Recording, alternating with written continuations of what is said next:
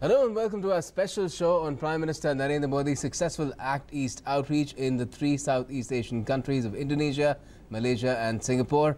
I'm Gautam Roy. Well, the PM returned home after this successful visit just a short while back, all of 5 days. His entire trip devoted to extending the Modi government's Act East policy to the 3 countries that he visited, but to send out a larger message to the entire Indo-Pacific region as well, as it has now been clearly defined through his keynote address at the Shangri-La Dialogue in Singapore that, well, it is a liberal international outlook that India has as far as foreign ties are concerned, particularly for the Indo-Pacific region, because it is vital to Asia's economic growth and prosperity, also maintaining peace in the region. Now, the 5 days that the PM was out of the country has led to the clear-cut definition of Indo-Pacific security architecture and strengthening of defense ties with the countries he visited, particularly in the maritime domain. We'll be talking about it with a special guest in just a short while from now, but before that, a report about how on the final day of his visit, the PM also met U.S. Defense Secretary James Mattis, a day after Washington renamed its Pacific Command as Indo-Pacific Command. A fitting finale was also the PM's visit to one of India's stealth frigates docked at Singapore's Changi Naval Base. On the last day of his Singapore visit, Prime Minister Narendra Modi held a meeting with US Defense Secretary Jim Mattis, during which both sides discussed all security-related issues of mutual and global interest. The meeting came days after the Pentagon renamed its Pacific Command as Indo-Pacific Command. Outlining India's perspective on peace and security in the region in his keynote address at the Shangri-La Dialogue on Friday, Prime Minister Modi had said that India's vision for the Indo-Pacific region is that of a free, open and inclusive region that embraces all in a common pursuit of progress and prosperity. Shangri-La Dialogue was also attended by US Secretary of Defense Jim Mattis, defense officials and academics from 43 countries.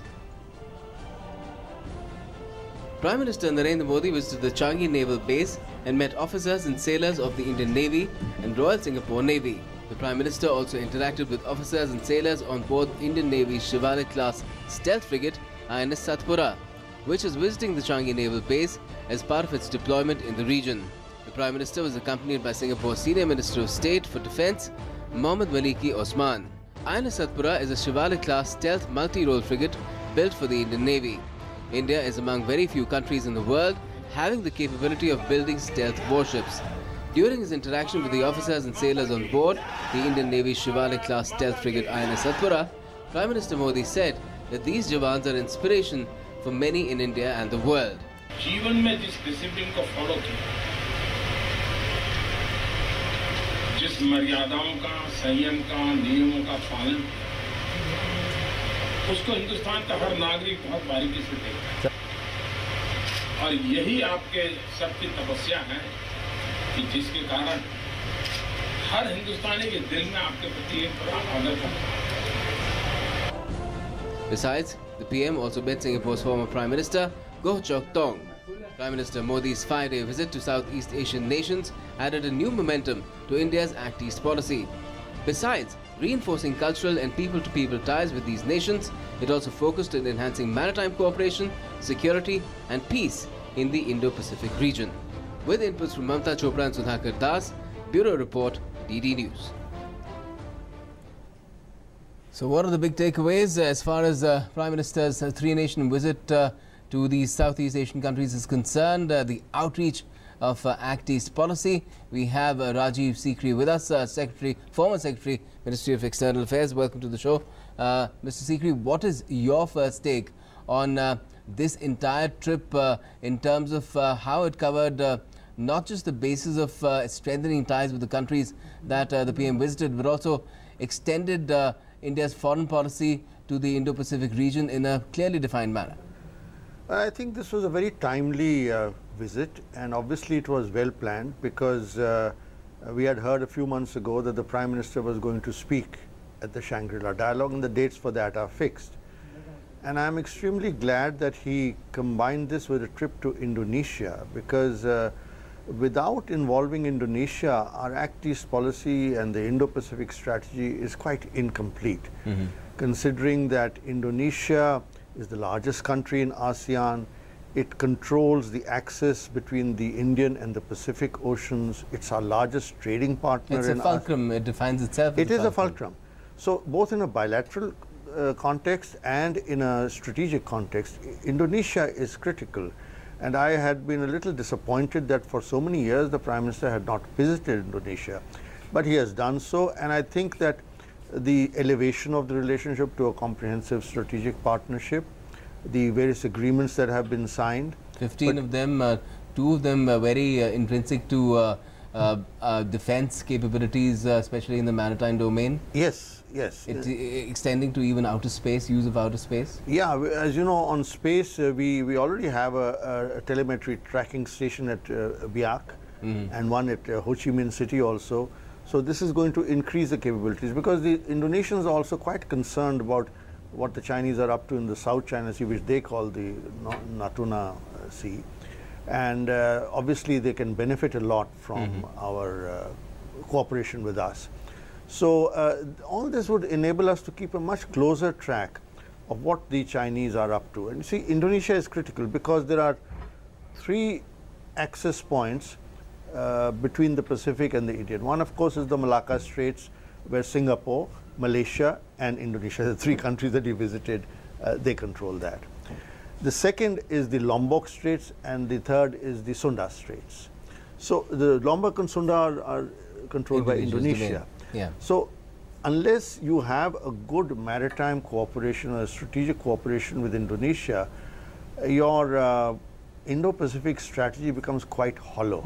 You cannot connect between the North Pacific and the South Pacific, and you cannot connect to the Indian Ocean. And where does Sabang come in? Because right now, of course, there's going to be a joint task force to figure out what can be done to develop the infrastructure there, the port infrastructure. But Sabang, again, one sees a lot of possibilities there as far as strategic interests are also concerned. Definitely. Again, this was, of course, agreed upon when their maritime minister was here a few days ago. And the announcement was very low-key, tucked away in one paragraph of the joint communique. But it is important for a couple of reasons. One, I think we are rightly trying to develop the linkages, the tourism, people-to-people, cultural linkages between Andaman, Nicobar Islands. Yeah, it's just 90 nautical miles. 90 nautical miles. So, you know, you can have tourism, cruise ships, and so on and so forth. So that's one aspect of it. But the port would probably have a dual use also, that we can have our ships there. So this is becomes another monitoring point at the Malacca Straits, at the entry to the Malacca Straits. And I think that is important. So as I see it, we are going about it in a very systematic manner, that we have the Sabang. Then we have upgraded our relationship with Singapore with the access to Changi Port, which the Prime Minister visited today, and our ships have facilities there. We've signed a logistics support agreement. Services, logistics, cooperation. Yeah. We used to have, for many years, coordinated patrols with Indonesia, but now we're going to have joint exercises also. So that's a step up. We've signed a new defense cooperation agreement. And in general, we are moving to a much closer relationship. We've decided to have annual summits. As I said, the economic aspect of our relationship with Indonesia is very important. Over the last few years, it's become our largest trading partner in ASEAN. There are lots of Indian investments in Indonesia. Indian companies are there. It's got resources, coal and other resources there. So, and we have this the 2 democracies, large sprawling democracies, the cultural heritage. We went through a bad patch for a few years, but let's not forget that immediately after independence, India and Indonesia were very close. And India had actually hosted a conference on Indonesia in 1949. Then we have historical links. We have through the independence struggle as well. Those links are there as well. Absolutely. And Sabang is part of that too. Yeah. But we'll talk about that further, and also relations with Singapore and Malaysia, where the Prime Minister had a relatively shorter stop, and then of course the big Shangri-La keynote address as well. We're taking a very short break at the moment. Stay tuned.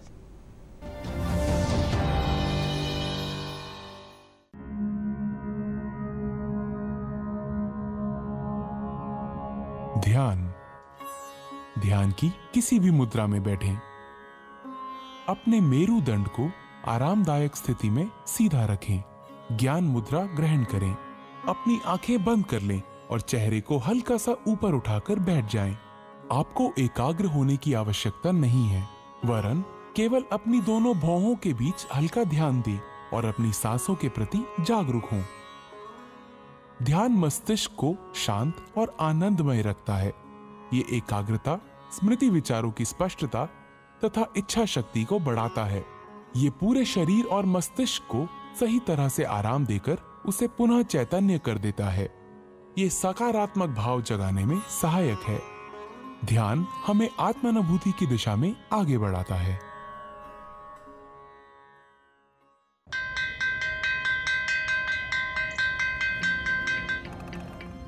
पहला अक्षर रट लो तो वह से एक विद्वान होगा। पक्की होगी बुनियादें तो हाँ से हिंदुस्तान होगा। पहले करो शुरुआत करो तो पक्की बात करो। वंडर सीमेंट, एक परफेक्ट शुरुआत। इतने सारे फल फूल, वाह कमाल है भाई। सब शौचालय का आशीर्वाद है मिश्रा। शौचालय? शौचालय नहीं, शौचालय, वो भी 2 गड्ढों वाला। 7 साल पहले मैंने इनसे कह दिया था, शौचालय नहीं तो शादी नहीं। और मैंने क्या जवाब दिया था? 2 गड्ढों वाला नहीं तो शौचालय नहीं। 2 गड्ढे? क्यों? एक गड्ढा 5 साल में भर जाएगा शौच करते करते। उसके बाद लिवर को ऐसा घुमाओ और दूसरा गड्ढा खोल दो। अरे दूसरी की क्या जरूरत, इसी को साफ करवा दो ना। टट्टी तो है। ये टट्टी नहीं है, ये सोना है। अरे ये गड्ढा भरने के बाद अगर 1 साल बंद रहेगा तो यही छीछी सोना बन जाएगा। यानी सोनखार। इसे हाथ से उठाओ और खेतों में मिलाओ और शौचालय का आशीर्वाद पाओ। अब तो मैं भी बनवाऊंगा 2 गड्ढों का शौचालय। और ये भाभी जी को दो। धरती का उपहार है मिश्रा। शौचालय हो तो 2 गड्ढों वाला। हाय माँ, मैं बात करूंगी। सुनो। जी मैडम जी। क्या नाम है तेरा? शीला। बच्ची का ख्याल रखा है कभी? कहाँ रहती है? खोली। घर में कौन कौन है? इलेक्शन कार्ड है या पैन कार्ड? माँ ये सब कैसे होगा? वही तो मैडम जी, हमारे पास तो ये होता है।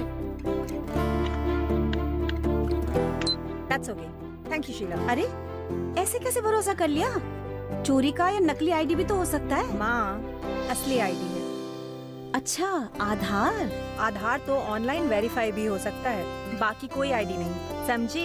अरे तो पहले बताना चाहिए था ना। ले शीला जी। आधार है तो भरोसा है और हमारी पहचान भी। आधार है तो अब गरीबों को भी अपनी पहचान मिली है और हमारे अपनों को मिली है सुरक्षा। तो आप भी आधार अपना लो, फायदे में रहोगे।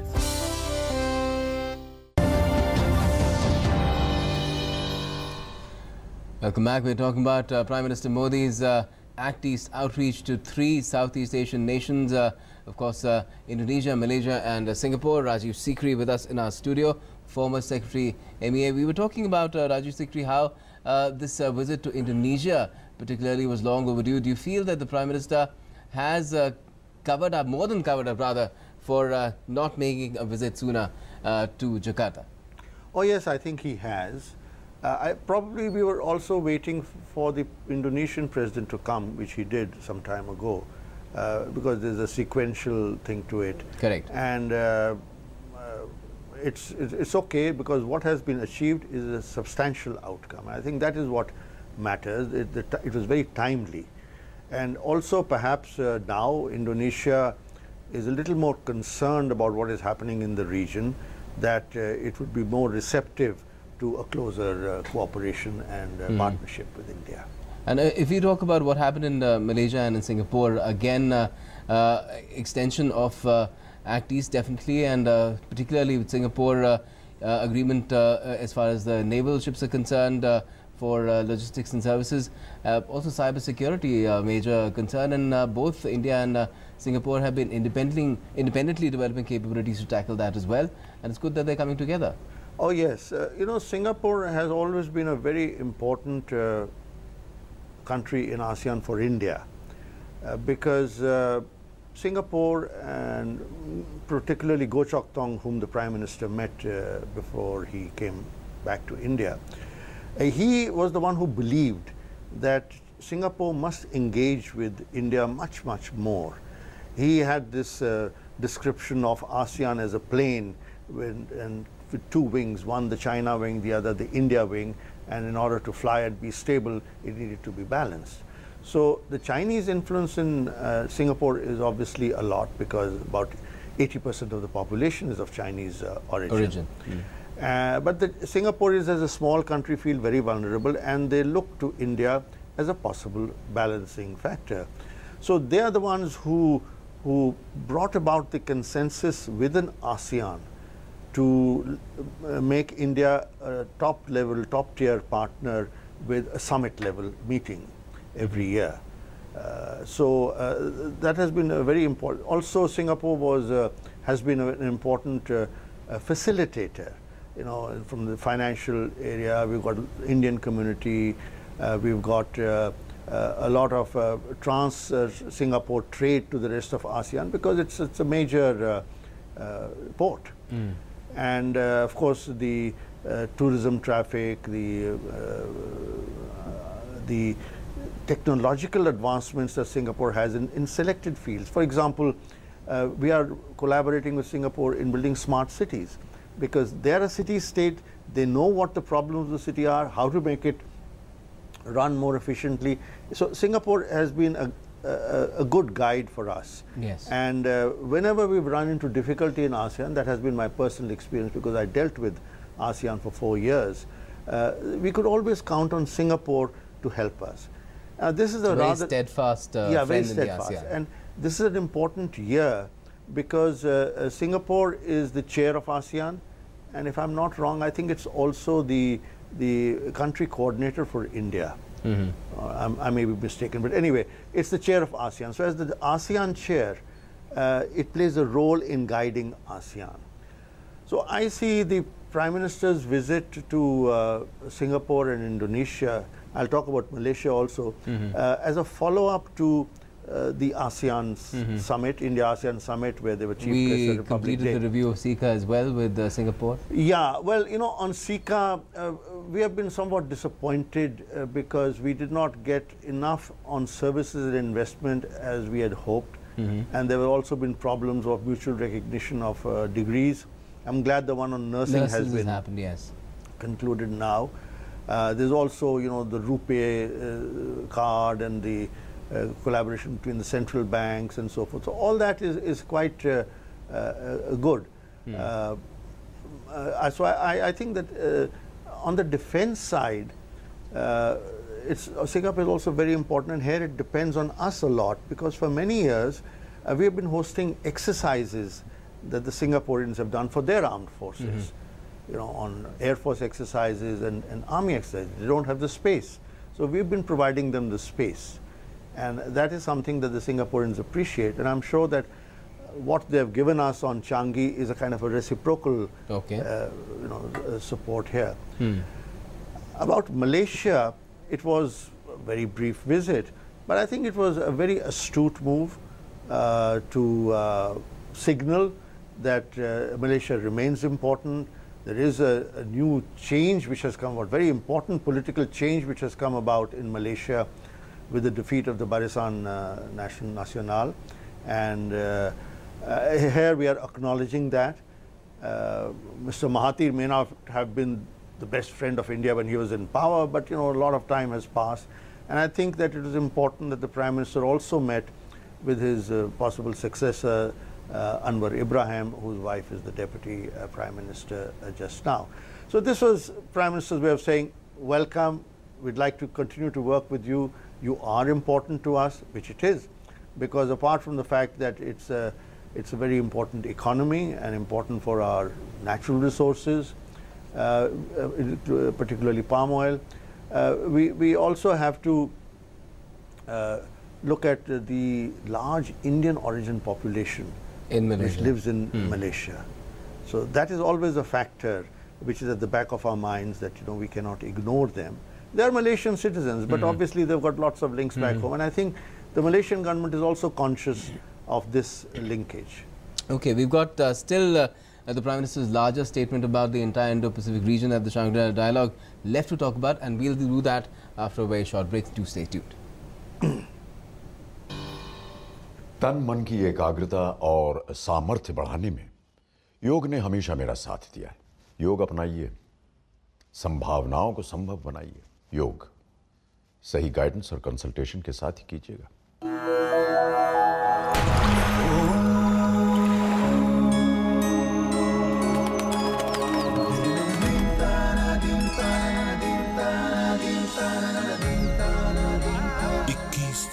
अंतर्राष्ट्रीय योग दिवस। योग संभावनाओं को संभव बनाए।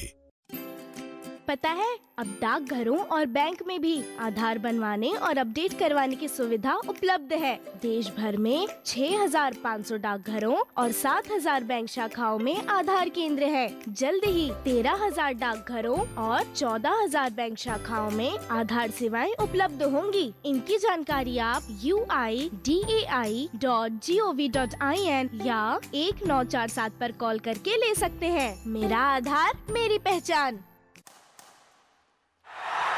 मेरा ये संदेश हमारे देश के युवाओं के लिए है। स्वच्छ भारत समर इंटर्नशिप के तहत देश के कॉलेज स्टूडेंट्स और नेहरू युवा केंद्र संगठन के मेंबर्स को एक कमाल का मौका मिल रहा है। ग्रामीण भारत में स्वच्छता संबंधित कार्य कर राष्ट्र निर्माण का हिस्सा बनने का। आपको स्वच्छता संबंधित कार्यों में सिर्फ अपने 100 घंटे लगाने हैं। इस इंटर्नशिप को पूरा करने पर मिलेगा स्वच्छ भारत सर्टिफिकेट, यूजीसी कोर्सेज में क्रेडिट पॉइंट्स और स्वच्छ भारत अवार्ड्स जीतने का मौका। सबसे बड़ी बात है कि आप दुनिया के सबसे बड़े जन आंदोलन का हिस्सा बन पाएंगे। तो आज ही sbsi.mygov.in पर जाइए और रजिस्टर कीजिए और बनिए स्वच्छ Bharat summer intern.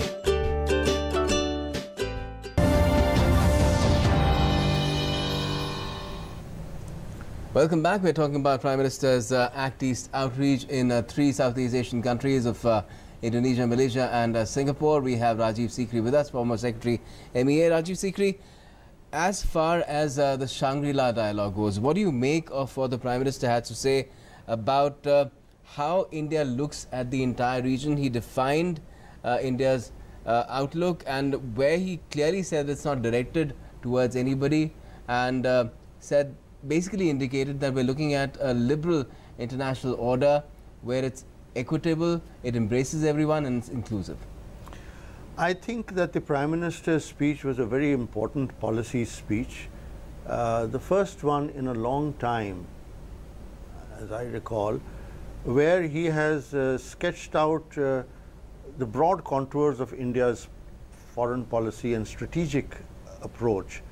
And since the Indo-Pacific region is the heart of our concerns and opportunities, I think it was only appropriate that he should do it at this forum in ASEAN, in Singapore.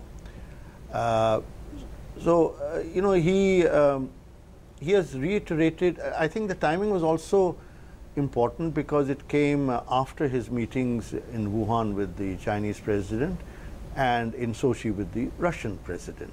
And as you can see, he met the US Secretary of Defense immediately thereafter. Right. So there's a kind of a balance there. Now he has, I think, said a few things which are worth noting. One, that ASEAN is very important and it's central, must be united and stable and so forth.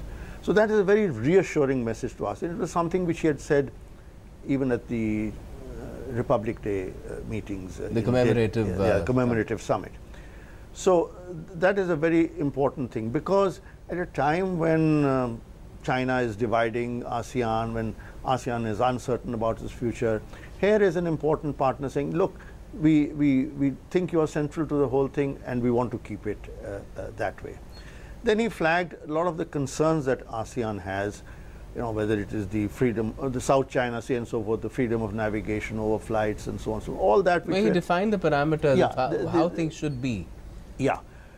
Then I think he also stuck to the Indo-Pacific, but said, look, it's not directed against anyone, trying to reassure China that, okay, it's open for everyone, but there are certain rules that must be followed. And if you follow the rules, it's fine. We can work together. And which will be in everybody's interest. In everybody's interest. And I think to China, the message was very direct that, look, we are prepared to work with you, but not on the terms that you may be wanting. We'll work together.